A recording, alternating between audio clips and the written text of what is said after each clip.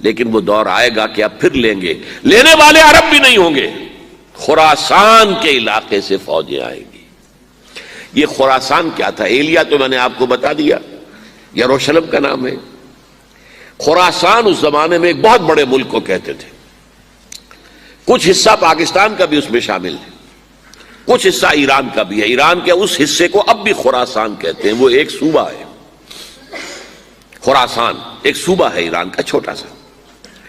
پاکستان میں خاص طور پر یہ جو علاقہ مالاکنڈ ایجنسی کہلاتی ہے، اس سے اوپر جتنا علاقہ ہے، اور یہ جو واخان کی ایک پٹی آتی ہے اوپر، واخان افغانستان کی ایک پٹی سی دم سی چلی آتی ہے جو جا کر چائنا کی سرحد سے مل جاتی ہے، یہاں سے لے کے یہاں تک یہ جو مالاکنڈ کا وہ درہ ہے اور پہاڑ ہے، یہ بھی خراسان کا حصہ ہے. پہلی بات تو یہ ہمارے بعض لوگوں کے ذہنوں میں، سادہ دل لوگ وہ سمجھتے ہیں کہ پوری دنیا میں ایک ہی دفعہ آ جانی چاہیے. یہ کوئی علاقائی خلافت تو نہیں ہو سکتی، خلافت تو عالمی ہوتی ہے. ان سے میں کہتا ہوں عالمی خلافت کب تھی جناب؟ یہ تو نہ خلافت راشدہ میں عالمی تھی. کیا ہندوستان شامل تھا اس میں؟ کیا چین شامل تھا؟ کیا یورپ شامل تھا؟ اور سب سے بڑی بات یہ، اگر ایک دم پوری دنیا پر خلافت قائم ہو سکتی تو حضور کے دست مبارک سے ہوتی، لیکن نہیں ہوئی. نتیجہ کیا نکلا؟ ایک ملک میں حضور نے قائم کر دی، جزیرہ نما عرب، یہاں خلافت قائم ہو گئی، حضور خلیفہ ہے. اب وہ نقطہ کون سا ہوگا، نقطہ آغاز کون سا ہوگا؟ اس میں پہلی بات تو میں نے کہا جو شک کرے گا اس کا پھر ایمان مشکوک ہے. ہوگا، لازماً ہوگا، گلوبل ہوگا، پوری دنیا میں ہوگا. کہاں سے شروع ہوگا اس میں آپ اختلاف کر سکتے ہیں، لیکن مجھے تو دو حدیثیں تو ملی ہیں جن سے یہ اندازہ ہوتا ہے کہ یہ اس مشرقی خطے سے ہوگا، عرب کے مشرق کی جانب کسی ملک سے ہوگا، کسی خطے سے ہوگا. وہ حدیثیں بھی اب آپ پڑھ لیجئے پہلے. پھر میں کہہ رہا ہوں یہ خزانہ ہے جو ہم نے آپ کی خدمت میں پیش کیا ہے، کاش کہ آپ اس کی قدر کر سکیں. یہ حدیثیں آپ کو ازبر ہو جائیں، یاد ہو جائیں، لوح قلب پر نقش ہو جائیں. ہندوستان اور خراسان یعنی موجودہ افغانستان کا ذکر.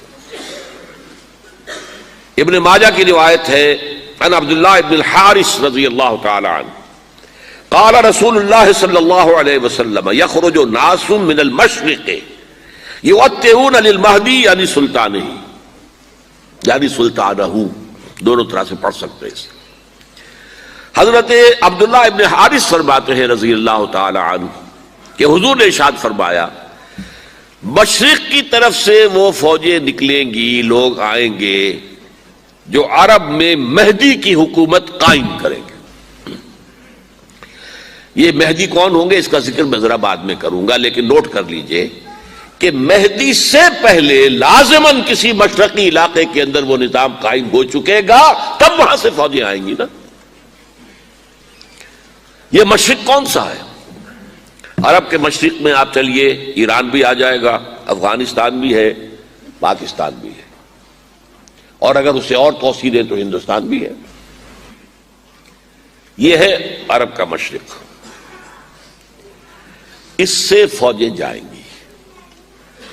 اس کا کیا مطلب ہے کہ اس میں سے کسی جگہ پر نظام خلافت پہلے قائم ہو جائے گا تاکہ وہاں سے فوجیں جائیں گی جو جزیرہ نما عرب میں حضرت مہدی کی حکومت کو قائم کریں گی. اب دوسری حدیث سنیے. یہ سنن ابن ماجہ کی حدیث تھی جو میں نے آپ کو سنائی، آپ نے پڑھی.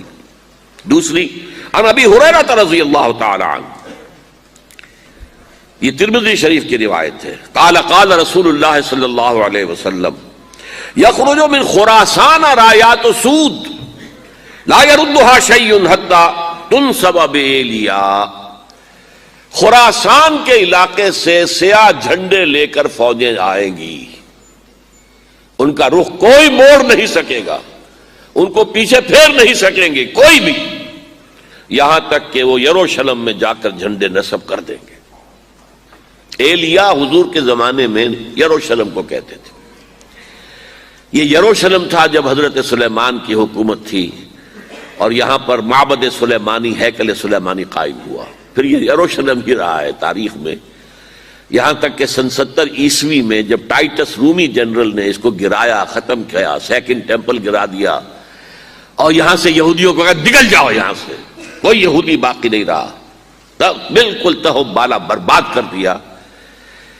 اس کے کوئی 150 سال بعد ہیڈریان، رومن ایمپرر ہیڈریان، اس نے پھر دوبارہ آباد کیا اس شہر کو۔ 150 سال تک یہ بالکل بنجر اور بالکل غیر آباد پڑا تھا۔ اب ہیڈریان نے جب آباد کیا تو اس کا نام ایلیا رکھا، اب یروشلم نام نہیں تھا۔ تو حضور کے زمانے میں پھر اس کا نام ایلیا تھا، اور اب اس سے کیا معلوم ہو رہا ہے کہ یہ یروشلم مسلمانوں کے قبضے سے اس وقت نکلا ہوا ہوگا۔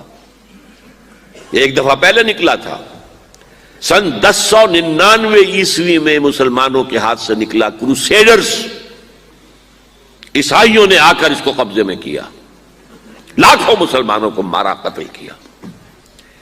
اس کو 1187 عیسوی میں واپس لیا ہے۔ کس نے لیا ہے؟ صلاح الدین ایوبی، کرد۔